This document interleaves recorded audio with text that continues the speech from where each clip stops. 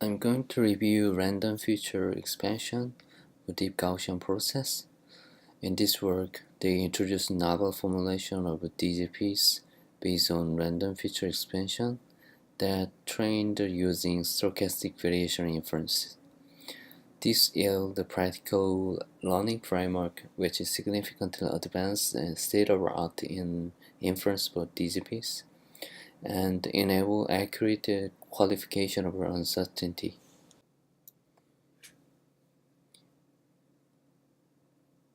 The Gaussian process alleviates the outstanding issue characterizing DNN of having to specify the number of units in hidden layer. From the generative perspective, DGPs transformed input to the GPs at the next layer, efficiently implementing a deep probability non-parametric model for computation of functions. The problem is that because of DGP's probability formulation, it is natural to approach the learning DGPs through the Bayesian inference technique. However, the application of such technique to learn the DGPs leads to various forms of intractabilities. Only few works leverage one of the key features that make DNN so successful, that is being scalable through the use of mini-batch based learning. There does not seem to be an approach that truly applicable large-scale problem and practical beyond only few hidden layers. In this paper, they've developed practical learning framework DGP models that significantly improve the state of art on these aspects. In particular, their proposal introduced two sources of approximation to recover intractability while scaling to large-scale problem and being able to work with a moderately deep architecture and being able to accurately quantify the uncertainties. To understand the DGPs, to consider supervised learning scenario where a set of input vector x is associated with the set of label y vector. They assume that there is an underlying function f characterizing a mapping from input to latent representation, and that the label are realizations of some probability process p of y. In the DGP models, the mapping between input and the label is expressed as a composition of fx, where each layer is composed of a multi-label Gaussian process. Formally, a GP is a collection of random variables such that any subset of these are jointly Gaussian distributed. In GPs, the covariance between labels and different input is modeled using so-called covariance function. As you can see, the DGP model F has an obvious connection with the DNN. These functions are assigned a GP prior and therefore non-parametric. And the learning and making prediction with DGPs require solving integration that are generally intractable. To explain the approximation of covariance of the single GP model, here we focus on random feature expansion for two covariance functions. One is the radial basis function, RBF covariance, and the other is the arc cosine covariance. A popular example of a covariance function is the radial basis function covariance. The covariance function is written by Fourier transform of a non-negative measure p omega, denoting the spectral frequency by omega, while delta is the subtraction of xi from xj. Because the covariance function and the non-negative measure are real, we can drop the unnecessary complex part of the argument of the expectation, keeping the real part of it remaining as following term cosine and sine. By defining z of x given omega, the covariance function can be approximated as these equations. This has an important practical implication as it provides the means to access an approximate explicit representation of the mapping induced by covariance function. The first one is the IBF covariance, and the second one is the arc cosine covariance. They also consider arc cosine covariance of order P, where they define J alpha following the previous work, and let H be the Heaviside function, and the integral representation of this covariance is follow this equation. These integration formulations suggest a random feature approximation for the arc cosine covariance in equation 4, noting that it can be seen as an expectation of the product of the same function applied to input the covariance. As these provide approximate explicit representation of the mapping induced by the covariance functions. In this slide, they present their approximate formulation of DGPs, which leads to practical algorithms for this D-probability non-parametric model. They propose to employ the random feature expansion at each layer, and by doing so, they obtain the approximation to the original DGP models as a DNN model. They assume that GPs have zero mean and define first layer of GP function is equal to input x, and the GP covariance at each layer are parameterized through the set of theta. So a DGP with the RBF covariance function is represented by equation 6. The parameter set theta is comprise layer-wise GP marginal variance sigma and the length scale parameter lambda.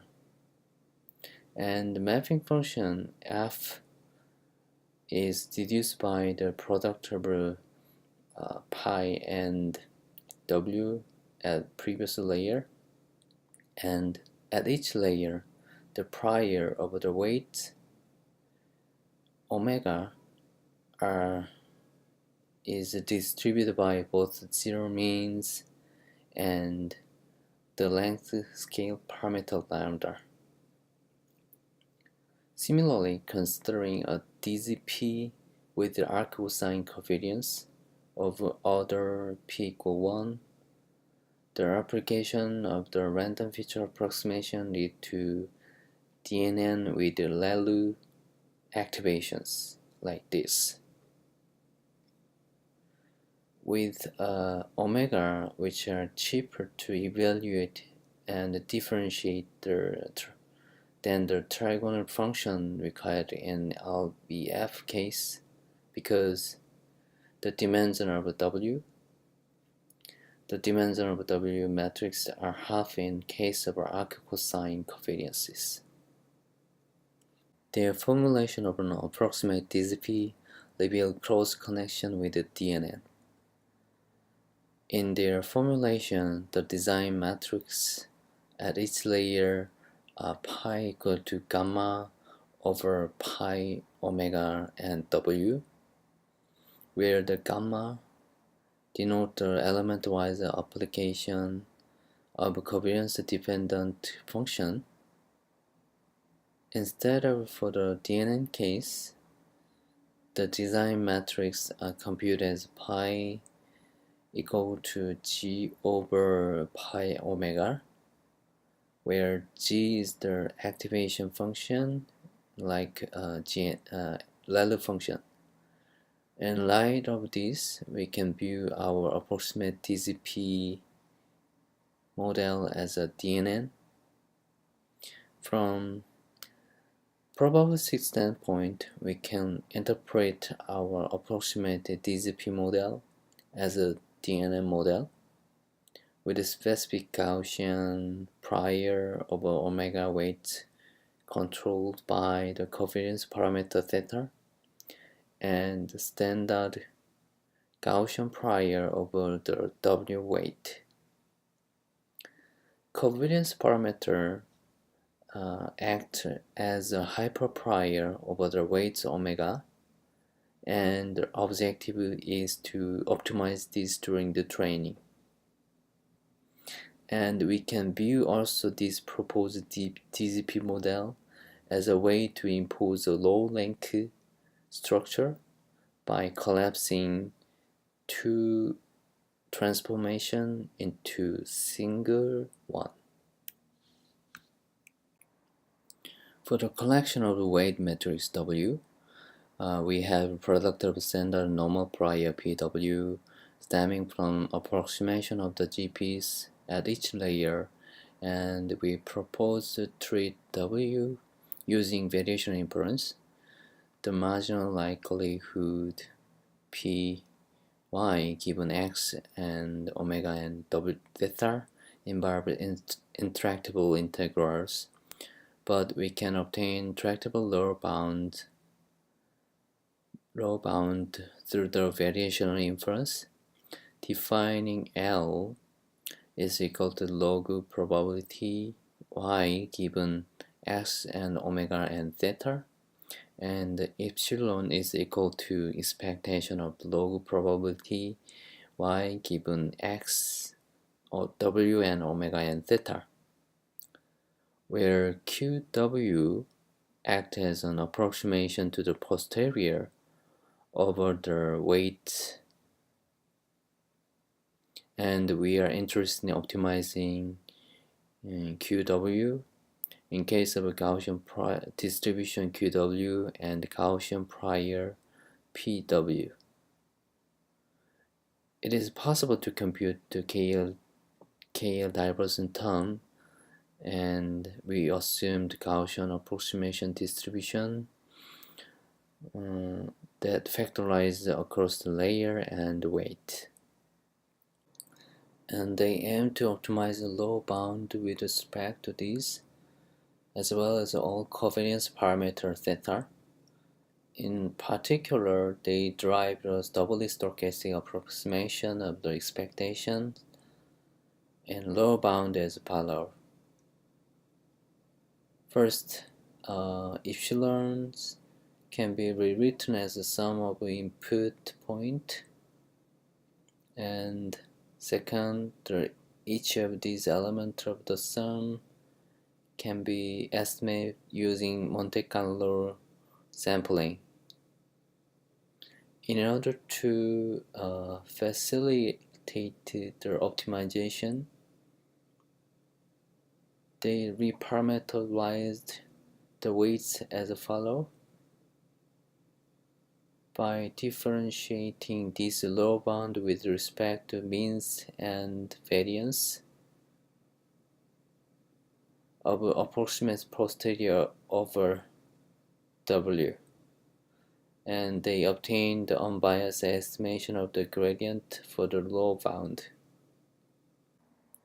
For the sake of completeness, here's a detailed derivation of low bound that we used in variation inference to learn the posterior over W and optimize the theta, assuming omega is fixed. The log probability Py is defined by marginalization over W. By introducing the distribution QW, the formulation is rewritten in expectation formulation. The log is upper bound by the following equation of epsilon and KL divergence with the Q distribution and P distribution, and defining psi is a set of omega and W. We can attempt to employ variation inference to treat the spectral frequency omega variationally as well as W. In this case, the detailed derivations of the low bound is as follows. So far, they have assumed the spectral frequency omega to be sampled from the prior and fixed route, whereby they employ the reparameterization trick to obtain omega with beta, square, and mu determined by the prior. And then they draw the epsilon and fixed omega from the outset such that covariance parameter theta can be optimized along the QW. They refer to this variant as prior fixed. In particular, they study a variational treatment of omega in two ways. One is the variation fixed, another is the variation resample way. In variation fixed way, they fix in computing omega throughout the learning of the model, and in the variation resampled way, they resample epsilons at each iterations. This figure shows the differences between two strategies. For the prior fixed, more random feature resulting in better approximation of the GP prior at each layer, and this results better generalizations. When they resample omega from the approximate posterior in variation resample way, they notice that the model quickly struggle with optimization when increasing number of random features. This is a tribute to the fact that the factorized form of the posterior over omega and W is unable to capture posterior correlation between the coefficient of the random feature and the weights of the corresponding linearized model.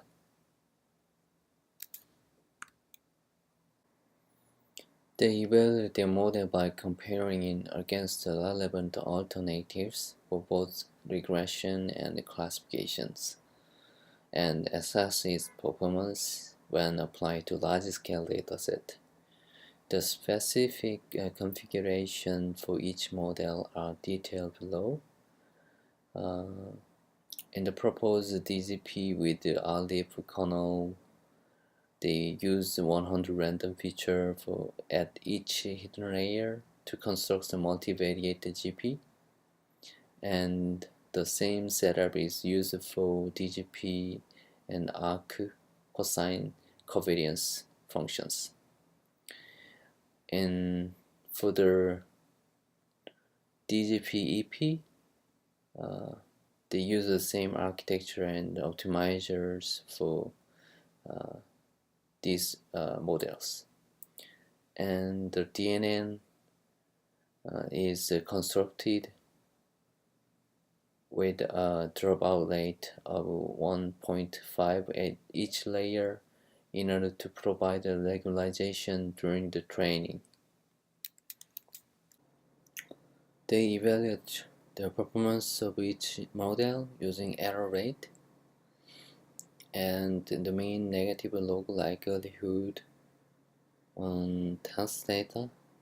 Figure shows the DGP-RBF and the DGP-ARC outperform competing their techniques both in terms of conversion speed and predictive accuracies. The results are also competitive to those obtained by the variational GP. They also evaluate their model on two large-scale problems. They trained their model using same configuration described for standard MNIST, and they obtained 99.15 accuracy on the test set using one hidden layer. Finally, they assess the scalability of their model with respect to additional hidden layer in the constructed model. And figure report the progress of the error rate and MNLL over time for different number of hidden layers. As expected, the model takes longer to train as the number of layers increase. However, the model converges to optimal state in every case less than a couple of hours, with an improvement being noted in the case of 10 and 20 layer of a shallow 2-layer model.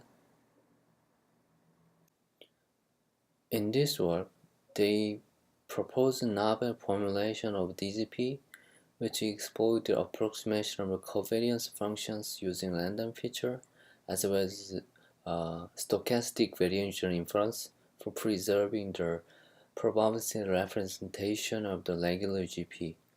And they demonstrate how inference using the model is not only faster but also frequently superior to other state-of-art method, with a particular emphasis on competing DGP model.